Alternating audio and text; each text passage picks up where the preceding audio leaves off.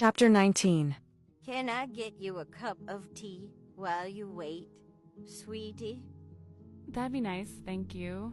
Logan's grandmother, or Estelle, as she insisted Jeannie call her, hustled back inside to make some tea. Jeannie was sitting on the steps outside the sprawling farmhouse Logan called home. It was beautiful. Old and for sure haunted, but beautiful. In front of her, a small flock of the funniest chickens she had ever seen pecked at the dirt. They each had a tuft of feathers on top of their head that gave them the look of having a very elaborate hairdo. They had the same tufts on their feet, which Jeannie imagined were like little fur-lined boots. Just looking at them made her smile. This whole place made her smile. Until she remembered she hadn't been invited. She'd just hopped in her new rental car and shown up. And the longer she sat here, the more she thought maybe it had been a mistake. Maybe Logan wouldn't take kindly to her invading his home. But things had escalated in the case, and she needed to get away from the cafe for a bit. Plus, she was nosy and really wanted to see where he lived and worked. But maybe this was too much. After their little makeout session a few days ago, Jeannie couldn't stop thinking about him, and not just because she still had stubble burn on her cheeks from kissing him. It was more about how upset he'd been about the broken window. It had her thinking that maybe he actually had wanted to help, figure things out. Maybe she wasn't being too intense. Then she'd decided to show up here and probably ruin the whole thing. Logan wanted to keep this thing between them quiet, and now she was ambushing him at home. She honestly wouldn't be surprised if Corey or Nancy jumped out of the blueberry bushes and started asking her why she was here. Not that she didn't love her new book club friends. But Logan was right. That club knew everything about everyone. The old farmhouse door slammed shut behind her. Here you go. Nice to have someone else serve you a drink every once in a while, right? Estelle leaned against one of the columns of the big wraparound porch. Yes, very.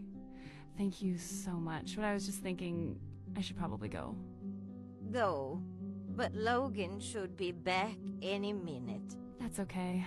I don't want to bother him. I'll just talk to him some other time. Estelle raised a snow-white eyebrow, not at all convinced. I'm not like everyone else in this batty little town, she said. If you and my grandson have something going on, I don't need to know about it. We... Exactly. No need to discuss it. Estelle wiped her hands on the frilly apron she'd put on over her tie-dyed sweatshirt and neon pink leggings. But I do think you should stay. Logan's been shy ever since he was small. It always makes me happy to see him make a friend. Jeannie smiled at the older woman. She couldn't let this nice grandma down by running off now. Also, the thought of a shy little Logan was doing something mushy to her insides. She focused on the chickens. Do they have names? I'm sure they do. That boy names everything. But I can't keep track. Thinking of big, sturdy, bearded Logan as that boy nearly made her laugh out loud. Did he always like animals? Oh, yes. He used to bring all sorts of critters home. Birds with broken wings, squirrel pups without mothers. Don't need a psychology degree to figure that one out. Anyway, I had to draw the line. The time he brought a bat into the house thinking it was injured. Turns out the damn thing was fine. Just cold. Once it was nice and toasty in our house, it shot out of the showbox and started flying around the house, shrieking like a bat out of hell. Jeannie laughed, covering her face with her hand. Not a bat. Terrifying. Estelle nodded. Henry managed to chase him out, but from then on all rescues were relegated to the barn. Makes sense to me.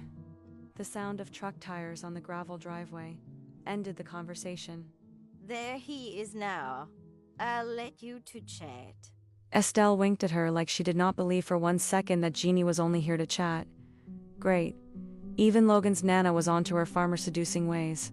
Jeannie didn't know if she should get up and meet Logan halfway down the drive, or if she should sit here awkwardly and wait. She went with sitting awkwardly. A little fuzzy chicken hopped into her lap while she waited, making her feel a bit better. She patted its fluffy head, and it made a happy little coo chirp sound. Meanwhile, Logan stepped out of the truck, not noticing her at all. She watched him say hello to what was, according to Estelle, an alpaca. Logan scratched the animal between the ears, and Jeannie could swear the alpaca smiled. He made his way the rest of the way down the dirt path to the house, eyes on his boots until he was nearly to her. By this time she felt absurd for not calling out to him sooner, but she now had 2 chickens in her lap, and she was pretty sure one had climbed the steps and was looking for a way to perch on her head. His gaze met hers, and his eyes widened in surprise. He took her in, the whole ridiculous scene.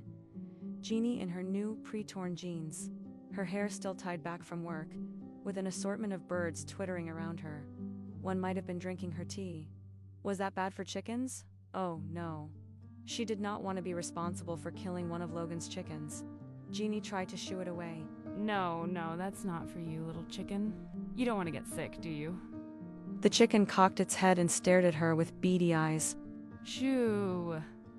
She waved her hand toward it and the chicken hopped up onto her arm like it was a perch. Well, damn it. She placed this chicken in her lap to join the others. Good thing these were weird tiny chickens, or she'd be out of room. She looked back up. Logan was still staring at her. He hadn't budged. He was just frozen, watching her, his mouth tugged up in the corner. She grinned back. I think your chickens like me. These are chickens, right? They're weird. Silky chickens. He said, striding toward her, a sort of shell-shocked look on his face. Oh, fancy. She teased. He ran a finger over one of the fluffy heads in her lap. Do they have names? Logan's cheeks blazed red, and he ran a hand through his hair. Yeah. And Jeannie waited. He sighed. Taylor, Rihanna, Lizzo. He pointed to the 3 chickens in her lap. That's Lady Gaga and Britney over there. And this is Selena trying to climb on your head. what? The laugh that burst out of her mouth startled the chickens and they flew up in a puff of feathers.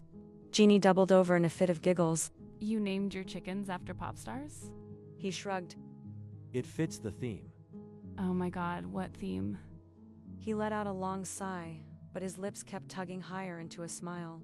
Jeannie wanted to bite it. Well, the goats are Marley and Dylan. As in Bob? Yep. And the alpaca? She asked, unable to hide the mirth from her voice. Logan grimaced. Harry Styles. Harry Styles? Jeannie shrieked with glee. Amazing. He had lost the fight with his smile and was now grinning at her. Can't stray from the theme now. Oh, definitely not.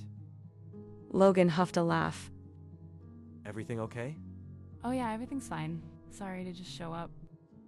She stood to go, but Logan put a hand on her arm. He squeezed gently. You don't have to apologize. Is something wrong? Well, I wanted to update you about the case. Right. The case. Come with me. You can tell me all about it. He led her around the side of the house, past a beautiful garden of late-blooming dahlias, giving the trees a run for their money with their own golds and reds and burnt oranges. The black-eyed Susans had started to tip over on their long stems. But Jeannie could imagine how cheerful they must have been in the summer. Jeannie breathed in the warm hay and dry leaf smell of the farm. A hint of wood smoke and overripe apples drifted through the air. The whole place smelled like Logan. Someone should bottle it. Ayuda's sexy farmer. She stifled a giggle and followed Logan to a door at the side of the house. He let them in, and Jeannie blinked, allowing her eyes to adjust after the brightness of the day. She was standing in a tidy apartment, Logan's tidy apartment. His perfectly made bed was right next to her. Her mouth went dry. You want something to drink? He asked, moving to the kitchenette along the far wall. Just some water would be nice. Jeannie looked around while he poured her a glass, trying to satisfy her nosiness without being too obvious. There was a small table next to the kitchenette, the bed that she was certainly not thinking about, which filled most of the space, and a door she assumed led to a bathroom. 2 nightstands flanked the bed, but only one was covered in books. On top of the stack sat a pair of reading glasses. Dear God, did Logan wear reading glasses? She did not stand a freaking chance with this. Man, she might as well just hand over her panties right now. Logan cleared his throat and Jeannie's gaze snapped to his. It's not much. He said at the same time she said. I like your place. A small frown tipped his beautiful mouth down in the corners. My grandfather and I added this apartment onto the house about a year ago. He thought he and my grandmother would take it when I, eventually moved into the big house. But there's not much reason for me to take that whole house for myself. His cheeks were flushed red, a deep crease in his brow. Jeannie flopped onto his bed and Logan's eyes widened. Well, I like it. It's just the right amount of space. She smiled up at him, hoping it conveyed everything she wanted to say but didn't feel like she should. Mainly that Lucy was the one who lost, the one who'd missed out on loving this sweet man and being loved by him in return. And that Jeannie wouldn't care if he lived in the damn root cellar at this point. She was in deep. Way deeper than she was expecting. Way deeper than she could hide. Logan continued to stare at her on his bed. His expression transforming from sad to something hungrier, heavier. Jeannie could feel the weight of it in her belly. So the case. She blurted, breaking the moment. Logan ran a hand on his beard, leaning against the kitchen counter. Right. What's going on? Jeannie sighed. Here goes. Time to spill more nonsense into this man's lap. But he asked for it.